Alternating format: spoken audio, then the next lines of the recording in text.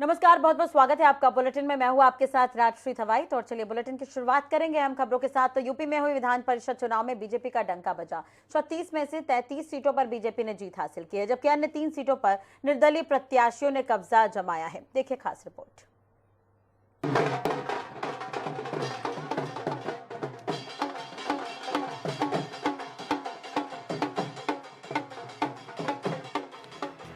उत्तर प्रदेश की राजनीति में भारतीय जनता पार्टी की आंधी चल रही है। विधानसभा चुनाव के बाद विधानसभा परिषद चुनाव में भी बीजेपी का डंका बजा है। ऐसा डंका बजा है कि हर तरफ बीजेपी की जीत ही गूंज सुनाई दे रही है। अब भगवा रंग और भी गाढ़ा दिखाई देने लगा है। हर तरफ बीजेपी की ही धुन सुनाई दे रही है। उत्तर प्रदेश की राजनीति में एमएलसी चुनाव का इतिहास और यूपी की सियासी परंपरा यही रही है कि हमेशा सत्ताधारी पार्टी को ही जीत मिलती है। इस परंपरा को इस बार भी बीजेपी ने न सिर्फ बखूबी निभाया, बल्कि इतिहास को और भी गाढ़े सुनहरे अक्षरों में लिख दिया। 36 सीटों पर हुए एमएलसी चुनाव में बीजेपी 33 सीटों पर प्रचंड जीत हासिल की, जबकि 3 सीटों पर निर्दलीय प्रत्याशियों ने कब्जा किया। लेकिन जहां और बीजेपी की जीत का डंका बज रहा है, वहीं दूसरी तरफ समाजवादी पार्टी को हार नाम के बिच्छू ने डंक मारा है। ऐसा डंक मारा कि सपा की तो मौत ही आ गई। यूपी के विधान परिषद चुनाव में सपा शून्य पर सिमट गई। एमएलसी चुनाव में सपा ने 36 में से 34 सीटों पर अपने उम्मीदवार उतारे थे, जबकि 2 सीटों की कमान सहयोगी पार्टी राष्ट्रीय लोकदल को सौंपी थी। चुनाव के नामांकन के दौरान ही नामांकन के पर्चे छीने जाने के आरोपों के बीच 4 जगहों पर सपा प्रत्याशी के नामांकन ही नहीं कर पाए।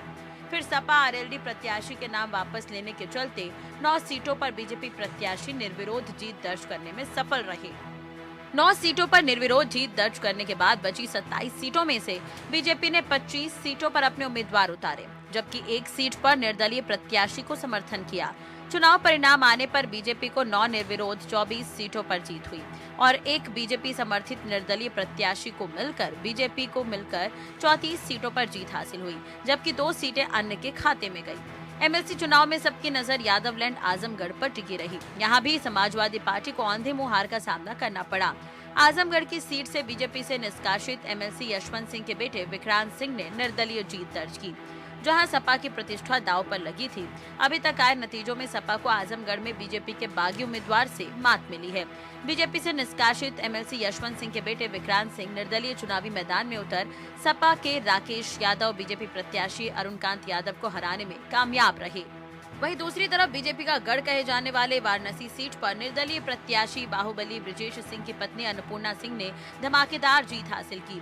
हैरान करने वाली बात ये रही कि 36 में से 33 सीटों पर जीत दर्ज करने वाली बीजेपी यहां अपनी जमानत भी नहीं बचा पाई। वाराणसी सीट से बीजेपी प्रत्याशी सुदामा पटेल को सिर्फ 170 ही वोट मिले।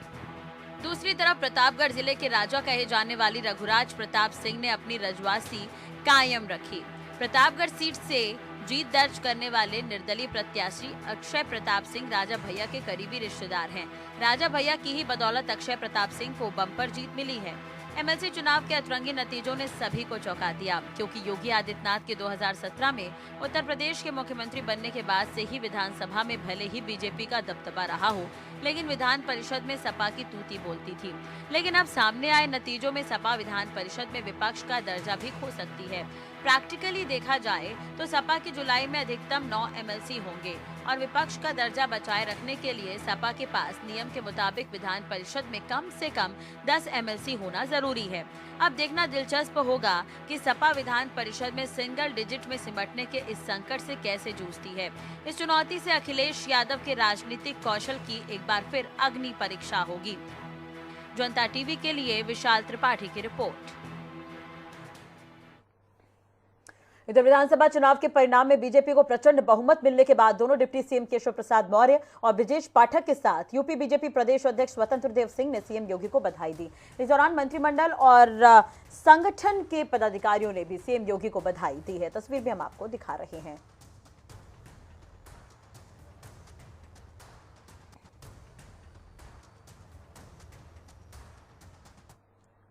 देश में कोरोना ने लोगों को फिर से डराना शुरू कर दिया है। कई राज्यों में कोरोना के मामलों में लगातार कमी आ रही है, लेकिन कुछ राज्य ऐसे भी हैं जहां संक्रमण फिर बढ़ने लगा है। नोएडा के एक स्कूल में 13 बच्चे और 3 टीचर कोरोना संक्रमित मिले हैं। कोरोना संक्रमण की पुष्टि होने के बाद स्कूल प्रबंधन ने स्कूल बंद कर दिया है। अब जानकारी के अनुसार ये मामला सेक्टर 40 स्थित एक निजी स्कूल का है, जहां कक्षा 6, 9 और 12वीं के छात्र छात्राएं कोरोना संक्रमित पाए गए। एक ही स्कूल में कोरोना मामलों की अगर हम बात करें तो स्वास्थ्य विभाग अलर्ट पर है। इसके बाद से स्वास्थ्य विभाग के अधिकारी सभी से सावधानी बरतने की अपील कर रहे हैं।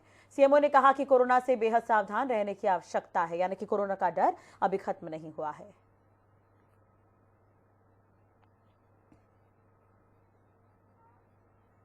पद्म विभूषण जगतगुरु रामभद्राचार्य के उत्तराधिकारी जय मिश्रा के खिलाफ दिव्यांग विश्वविद्यालय के छात्रों ने विरोध प्रदर्शन किया। जय मिश्रा के खिलाफ मिर्जापुर जिले के लालगंज थाने में पॉस्को एक्ट के तहत पहले से मुकदमा दर्ज है।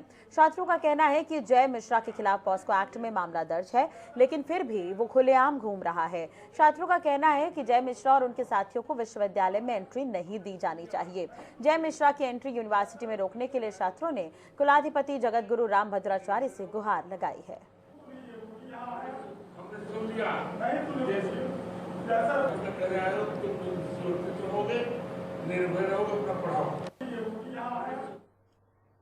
बिजनौर में पिछले 50 सालों से स्वर्गीय पूर्व प्रधानमंत्री इंदिरा गांधी की 73 किलो चांदी की अमानत संभाल कर रखी गई है, जिसकी कीमत 33 से 34 लाख रुपए के आसपास है। वहीं जिले के वरिष्ठ कोषाधिकारी का कहना है कि ये चांदी तभी वापस की जा सकती है जब पूर्व प्रधानमंत्री स्वर्गीय इंदिरा गांधी के परिवार का कोई सदस्य इस पर दावा करे। आखिर क्या है पूरा मामला, इस रिपोर्ट के जरिए आपको समझाते हैं।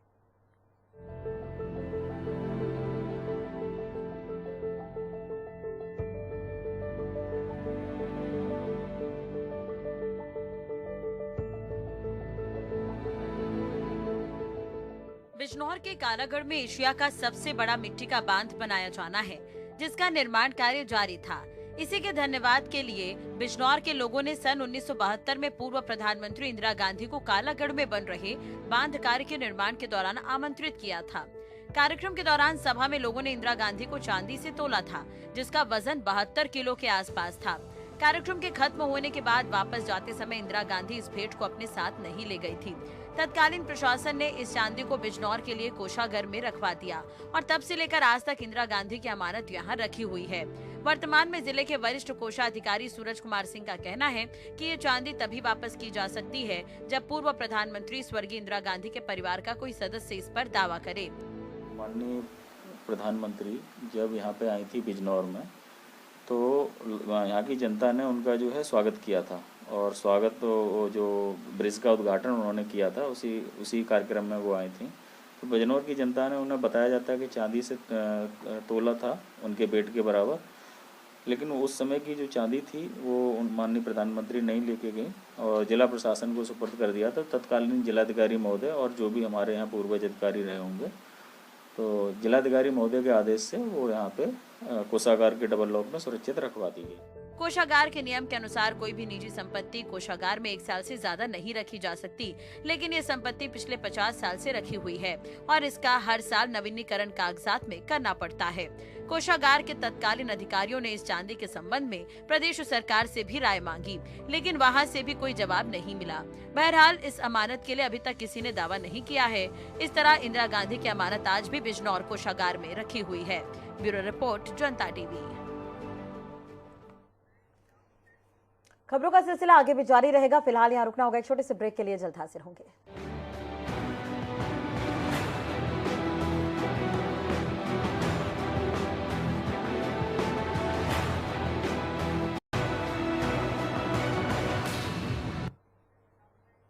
ब्रेक के बाद बुलेटिन में आपका स्वागत है। चलिए बढ़ते हैं खबरों की ओर। तो उत्तर प्रदेश के कृषि मंत्री सूर्य प्रताप शाही ने आज प्रेस कॉन्फ्रेंस की।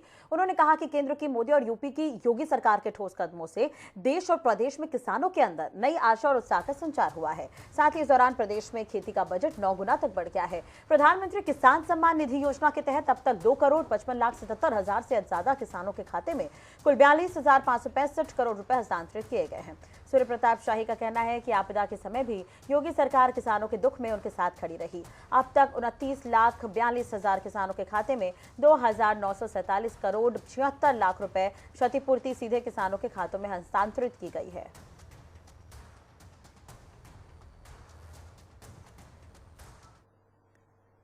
गाजियाबाद के इंदिरापुरम थाना इलाके में कनावनी क्षेत्र में कल झुग्गी झोपड़ी और गौशाला में आग लगने के कारण 38 गोवंश जल गए थे, जिनकी मौके पर ही मौत हो गई थी। इस मामले में खुद मुख्यमंत्री योगी आदित्यनाथ ने संज्ञान लिया था और हर संभव मदद किए जाने की बात भी गाजियाबाद जिला प्रशासन से की थी। ऐसे में आज यूपी के पशुधन मंत्री धर्मपाल सिंह घटनास्थल पर पहुंचे, गौशाला संचालकों से बातचीत भी की और पूरा घटनाक्रम भी जाना। इस दौरान उन्होंने ये भी कहा कि जो भी दोषी होगा उसके खिलाफ सख्त से सख्त कार्रवाई की जाएगी। स्थल से पता लगता है जी कि गलती दोनों तरफ से, तो उनको बांध बूंद के जो रखा है वो तो अलग बात है। गायों की घटना दुर्भाग्यपूर्ण है और दुखद है। ऐसी घटनाएं फिर ना उनकी पुनरावृत्ति हो, तो जहां झुग्गी झोपड़ियां हैं उनको दूर से हटाना और गौशालाओं में भी छप्पर इत्यादि पड़े हैं उनको हटवा देना, पानी का उचित प्रबंध कराना। वो गौशाला संचालक का कहना है कि हमने नगर निगम इत्यादि में भी सूचना दी है ये झुग्गी झोपड़ियों को संबंध में, लेकिन इसका संज्ञान नहीं लिया गया है। तो इसको हम जांच कराएंगे और जांच के उपरांत जो भी सूचना मिलेगी उसके अनुसार कार्रवाई। इधर उत्तराखंड में चुनावी शोरगुल के बाद मुख्यमंत्री पुष्कर सिंह धामी मध्य प्रदेश के दतिया स्थित विश्व प्रसिद्ध देवी तांत्रिक शक्तिपीठ मां पीताम्बरा मंदिर में आज पहुंचे थे। देवी पीताम्बरा मंदिर सियासतदारों की मनोकामनाएं पूरी करने के लिए जाना जाता है। सियासतदारों का यहां आना जाना लगा रहता है। इसी क्रम में उत्तराखंड के मुख्यमंत्री पुष्कर सिंह धामी का दतिया देवी शक्तिपीठ पर आना हुआ। उत्तराखंड के मुख्यमंत्री पुष्कर सिंह धामी ने देवी पीताम्बरा मंदिर में तकरीबन 20 मिनट का वक्त पूजा अर्चना में बिताया। मंदिर के आचार्य ने उन्हें पूजा अर्चना करवाई। यहाँ उल्लेखनीय ये भी है कि उत्तराखंड का चुनाव पुष्कर सिंह धामी के नेतृत्व में लड़ा गया, लेकिन चुनाव परिणाम पुष्कर सिंह धामी को लेकर यहाँ पर चुनाव परिणाम के बाद जो है हम कह सकते हैं कि जिस तरह से बीजेपी की जीत हुई है उसके बाद धामी यहां पर पहुंचे। सियासी हलकों में उत्तराखंड के मुख्यमंत्री पुष्कर सिंह धामी का मध्य प्रदेश के दतिया स्थित देवी तांत्रिक शक्तिपीठ पर आना काफी चर्चा का विषय बना हुआ है। उत्तराखंड कांग्रेस में नेता प्रतिपक्ष और प्रदेश अध्यक्ष की नियुक्ति होने के बाद लगातार बगावत के सुर सामने आ रहे हैं, जहां कांग्रेस के कुछ बड़े नेता नाराज हैं और केंद्रीय आलाकमान के इस फैसले की मुखालफत कर रहे हैं। हालांकि कांग्रेस के गढ़वाल और कुमाऊं से कुल 10 विधायक आलाकमान के इस फैसले पर मंथन करने के लिए बुधवार को इकट्ठा होने जा रहे हैं। बीजेपी के नेताओं के मुताबिक कांग्रेस अंतर्द्वंद में लड़ रही है और जनता के मुद्दों पर कांग्रेस को कोई सरोकार नहीं है। आपको बता दें कि कांग्रेस में नेता प्रतिपक्ष पद पर यशपाल आर्य और प्रदेश अध्यक्ष के पद पर करण मेहरा की नियुक्ति होने के बाद कांग्रेस में गुटबाजी खुलकर सामने आ गई है। सोशल मीडिया पर भी केंद्रीय आलाकमान के फैसले पर सवाल उठ रहे हैं। कांग्रेस का इंटरनल मामला है, ये तो सारी दुनिया जानते हैं कि कांग्रेस में लीडरशिप का क्राइसिस है, केंद्र से लेकर यहाँ तक, और जनता भी इस चीज को बहुत अच्छे से समझते हैं। तो ये उनका भी इंटरनल मैटर है, वो क्या करते हैं, गोपनीय बैठक करते हैं नहीं करते हैं, ये उनकी अपनी इच्छा पे है। इस पे भारतीय जनता पार्टी का कोई लेना। सरकार द्वारा उत्तराखंड के विकास के लिए लगातार काम किए जा रहे हैं। वहीं दूसरी तरफ सरकार अब पंचायतों को मजबूत करने की कवायद में जुट गई है। राज्य की कुल 7,791 ग्राम पंचायतों में से 5,861 ग्राम पंचायतों में पंचायत भवन का काम चल रहा है। नए पंचायत भवनों को लेकर धामी सरकार ने अपनी कवायद तेज कर दी है। प्रदेश प्रवक्ता बीजेपी विनोद सुयाल का कहना है कि मुख्यमंत्री पुष्कर सिंह धामी के नेतृत्व में उत्तराखंड के लिए विकास के काम किए जा रहे हैं। पंचायत वास्तव में किसी भी राष्ट्र की नींव है। अगर पंचायत मजबूत है तो राष्ट्र मजबूत है। और निश्चित रूप से जो उत्तराखंड की पंचायतें हैं उन्हें और समृद्ध होना चाहिए और सशक्त होना चाहिए। पंचायत भवन क्या वहां पर मैं तो चाहूंगा और हमारी सरकार भी चाह रही है कि पंचायतों में एक ढांचागत और वहां पर एक स्ट्रक्चर तैयार हो कि जन जन की जो छोटी बड़ी सुविधाएं वो लोगों को अपने ही गाँव के स्तर पर मिल सके। फतेहपुर रेंज में चल रहे ऑपरेशन टाइगर में अभी तक वन विभाग को कोई सफलता हाथ नहीं लग पाई है। टाइगर को रेस्क्यू करने गुजरात से आई 30 लोगों की टीम पिछले एक हफ्ते से जंगल की खाक छान रही है, लेकिन टाइगर का कोई सुराग नहीं मिल सका।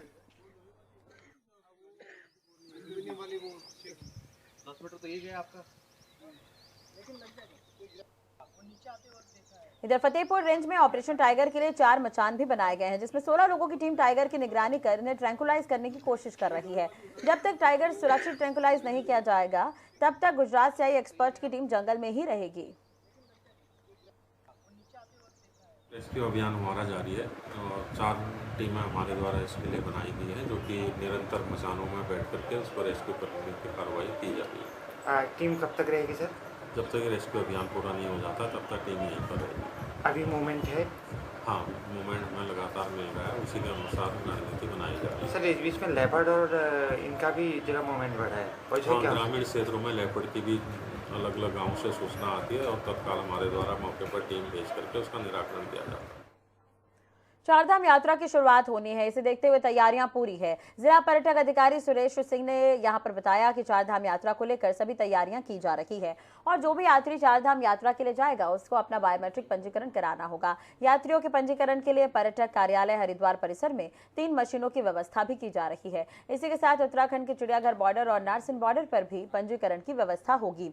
उन्होंने ये भी कहा कि इस पंजीकरण के बाद किसी भी यात्री की लोकेशन को ट्रेस किया जा सकता है। चारधाम यात्रा इस बार ये मान के चला जा रहा है कि हमारी यात्रा 2 गुना 2.5 गुना तक जाएगी, क्योंकि 2-3 साल से कोरोना की वजह से ये यात्रा बिल्कुल नगण्य रही है। पर्यटन विभाग की तरफ से बायोमेट्रिक पंजीकरण की व्यवस्था की जा रही है। हमारे जनपद में ये जो हमारा कार्यालय राही मोटर प्रांगण है, इसमें 3 काउंटर लगाए जा रहे हैं और 1 काउंटर रेलवे स्टेशन में जो हमारा पर्यटक सूचना केंद्र है वहाँ लगाया जाएगा। ये बायोमेट्रिक पंजीकरण कोशिश की जा रही है कि हर यात्री स्वेच्छा से और ईमानदारी से कराए। जनपद में 2 बॉर्डर में भी इसकी व्यवस्था, नारसन और इस साइड में चिड़ियापुर में। पेट्रोल डीजल के दामों में बेतहाशा वृद्धि ने वैसे ही आम पब्लिक की कमर तोड़ रखी है। वहीं अब भीषण गर्मी के मौसम में बीते कुछ दिनों से नींबू के भाव में भी जबरदस्त बढ़ोतरी देखने को मिल रही है। ऐसे में यहां नींबू बेचने वाले दुकानदार अब डंडा लेकर अपने माल की सुरक्षा कर रहे हैं। देखिए रिपोर्ट। आसमान छूती महंगाई के बीच नींबू के दामों ने लोगों के दांत खट्टे कर दिए हैं। आलम यह है कि इस समय यहां पर एक नींबू 10 से 15 रुपए बिक रहा है, जबकि 60 से 75 रुपए का 250 ग्राम और 300 रुपए किलो तक बिक रहा है। बाराबंकी में रेलवे स्टेशन रोड पर लगने वाली सब्जी मंडी का है। यहाँ सब्जी का ठेला लगाने वाले दुकानदार डंडा लेकर नींबू की सुरक्षा करने को मजबूर हैं। उनका कहना है कि लोग सब्जी खरीदने आते हैं और कभी कभी कम पैसे या मोलतोड़ करके जबरन नींबू उठाने लगते हैं, जबकि इस समय नींबू के दाम आसमान छू रहे हैं। डंडा लेके इसलिए कस्टमर आते हैं, 1-2 नींबू ऐसे उठा लेते हैं, लपजप करते हैं, मना करते हैं, ज़बरदस्ती लेते हैं। महंगा नींबू, एक नींबू हम लोग को पड़ रहा है इस समय 6-7 रुपये का एक पड़ रहा है, तो इसलिए मना करते हैं। जब मानते नहीं, ज़बरदस्ती लड़ाई करते हैं, तो फिर डंडा देखते हैं तो लड़ाई नहीं होती है। वहीं भीषण गर्मी में नींबू के दाम में हुई बढ़ोतरी से परेशान लोगों का कहना है कि उन्होंने अब नींबू खरीदना ही बंद कर दिया है। लोगों का ये भी कहना है कि इतना महंगा नींबू खरीदेंगे तो बाकी सब्जी कैसे खरीद पाएंगे। हम लोग मॉर्निंग में हम लोग नींबू पानी यूज़ करते हैं, उसके लिए चाहिए, लेकिन जो भाव बता रहे हैं उस भाव में समझ में नहीं आ रहा लें कि ना लें। मतलब आदमी का, जैसे आदमी पेट्रोल से भी महंगा बढ़ रहा है, तो इसका मतलब क्या पेट्रोल सस्ता हो गया, अब ये महंगा हो गया है। गवर्नमेंट का काम है वो देखे कि क्यों महंगा हो रहा है, उसको कैसे हम कर सकते हैं, क्योंकि जिस हिसाब से बता रहे हैं आने वाले समय में हम लोग को लग रहा है कि सब्जी ही बजट बढ़ा देगी। सब्जी लेना एक बहुत बड़ा काम है, क्योंकि मेन बजट में क्या होता है, जनरल आदमी के बजट में ये सब चीज़ें ही काउंट होती हैं। सब्जी काउंट होगी, गैस सिलेंडर काउंट होता है, सब चीज़ अगर बढ़ रही तो महंगाई तो हम लोग के लिए जेब से ही खर्चा होगा ना, फिर सारी चीज़ों। वहीं सब्जियों और फलों की महंगाई का दौर जारी है। गरीब आदमी से लेकर आम आदमी राहत की उम्मीद लगाए बैठे हैं। देखना होगा कि कब महंगाई के भाव कम होते हैं। ब्यूरो रिपोर्ट, जनता टीवी। चलो इसी के साथ ही फिलहाल इस बुलेटिन में इतना ही। अपडेट्स के लिए आप देखते रहिए जनता टीवी। नमस्कार।